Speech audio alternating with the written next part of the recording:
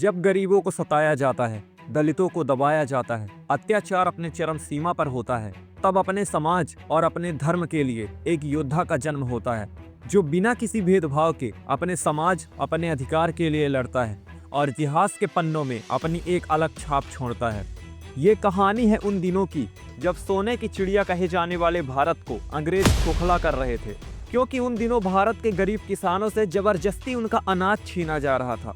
खेतों में दिन रात मेहनत करने वाले किसान अपनी फसल का एक दाना भी अपने बच्चों के लिए नहीं बचा पा रहे थे। भूख और गरीबी ने गांव के लोगों को अपनी चपेट में ले लिया था। हालात इतने बद से बदतर हो चुके थे कि किसान अपने ही खेतों में भूख से दम तोड़ रहे थे। इतना ही नहीं, अंग्रेजी सरकार किसानों से लगान के नाम पर भारी कर वसूलते थे और जो किसान कर नहीं चुका पाते थे उनकी जमीनें छीन ली जाती थी। अंग्रेजों के इस अत्याचार से पूरा गांव डरा हुआ था। कोई भी शख्स अंग्रेजों के विरुद्ध जाने को तैयार नहीं था, क्योंकि जो भी अंग्रेजों के विरुद्ध जाता था उसे सरेआम कोड़े मारे जाते थे और जेलों में सड़ने के लिए छोड़ दिया जाता था। अपने ताकत के घमंड में चकनाचूर अंग्रेज ये भूल गए थे कि अब उनका सामना एक ऐसे शख्स से होने वाला था जिसे जीने मरने का कोई खौफ नहीं था। आंखों में आग, कंधे पर बंदूक और दिल में अपने देश और अपने गांव के लिए मर मिटने का जुनून, जिसकी आहट भर से अंग्रेजों के चेहरे पर खौफ का साया छा जाता था और जिसका नाम था तात्या भील। एक बार की बात है, डूंगरपुर जिले के दोवड़ा गांव में अंग्रेजों ने अपनी सारी हदें पार कर दी। गांव के आदिवासी और भील जनजाति के किसानों से उनकी जमीन और जंगल में अधिकार छीन लिया। बेबस किसान अंग्रेजों के सामने गिड़गिड़ाए, हाथ जोड़े, दया की भीख मांगी, लेकिन अंग्रेजों की आंखों में न इंसानियत थी न दिल में रहम। इतना सब कुछ हो जाने के बाद भी गांव के लोग डर कर चुप थे। लेकिन तात्या भील हाथ जोड़कर रहम की भीख मांगने वालों में से नहीं थे। उन्होंने इस अन्याय के खिलाफ विद्रोह कर दिया और जब उन्होंने अंग्रेजों के विरुद्ध कदम उठाया तो गांव के कुछ लोगों ने भी उनका साथ दिया। लेकिन टाट्या के इस विद्रोह से अंग्रेजी सरकार नाराज हो गई और टाट्या पर झूठे आरोप लगाकर उन्हें खांडवा जेल में कैद कर दिया गया। लेकिन जेल की इन अंधेरी दीवारों के बीच वो डरे नहीं, बल्कि उन्होंने एक संकल्प लिया, अंग्रेजी सरकार के विरुद्ध लड़ाई का। वो लड़ाई जो मासूम आदिवासियों और गांव के बेबस लोगों के लिए थी, जिन पर अत्याचार की सारी हदें पार की जा चुकी थी।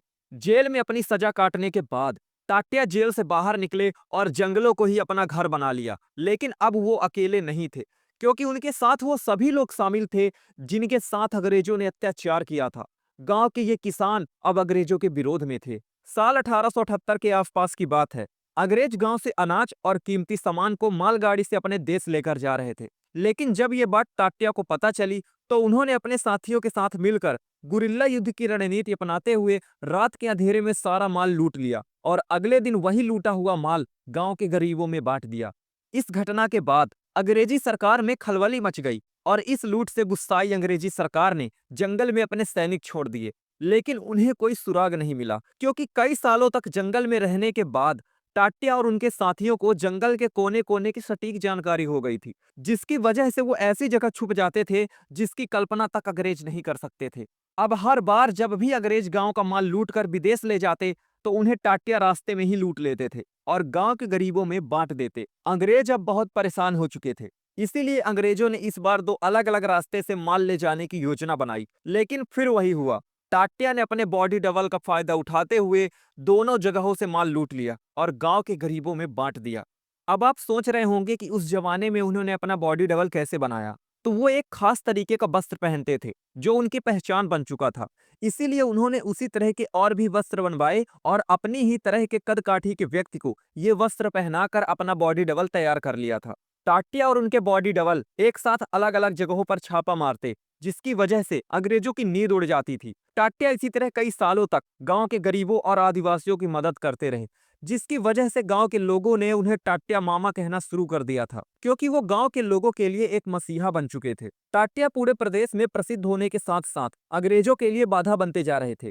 इसीलिए अंग्रेजों ने टाट्या भील को पकड़ने के लिए रणनीति बनानी शुरू कर दी और गांव में ये ऐलान कर दिया कि टाट्या भील का पता बताने वाले को एक बड़ी रकम इनाम में दी जाएगी। अंग्रेजों का मानना था कि गांव के व्यक्तियों को धन का लालच देकर टाट्या भील का पता लगाया जा सकता है, और हुआ भी ठीक वैसा ही। धन के लालच में आकर उनके ही एक साथी ने अंग्रेजों को टाट्या भील के बारे में सब कुछ बता दिया और इस तरह अपने ही एक साथी के विश्वासघात की वजह से अंग्रेजी सरकार ने उन्हें पकड़ लिया और इंदौर के सेंट्रल इंडिया एजेंसी जेल में रखा। लेकिन टाट्या की गिरफ्तारी से नाखुश लोगों ने एजेंसी के बाहर विद्रोह शुरू कर दिया और लोगों के इस भयानक विद्रोह को देखते हुए अंग्रेजी सरकार ने टाट्या को जबलपुर शिफ्ट कर दिया। इस दौरान 19 अक्टूबर 1889 को उन्हें मौत की सजा सुना दी जाती है और 4 दिसंबर 1889 को उन्हें फांसी दे दी जाती है। अंग्रेज इसके बाद भी नहीं रुके। उन्होंने टाट्या भील का शव खंडवा रेल मार्ग पर बने पताल पानी स्टेशन के पास ले जाकर फेंक दिया और इस तरह अंग्रेजी सरकार ने धोखे से टाट्या भील को पकड़कर उन्हें सजाए मौत दे दी। टाट्या ने अपने जीवन की हर सांस आदिवासी और गरीब किसानों के लिए कुर्बान कर दी। उन्होंने न केवल अंग्रेजों के खिलाफ लड़ाई लड़ी बल्कि हर उस अन्याय के खिलाफ खड़े हुए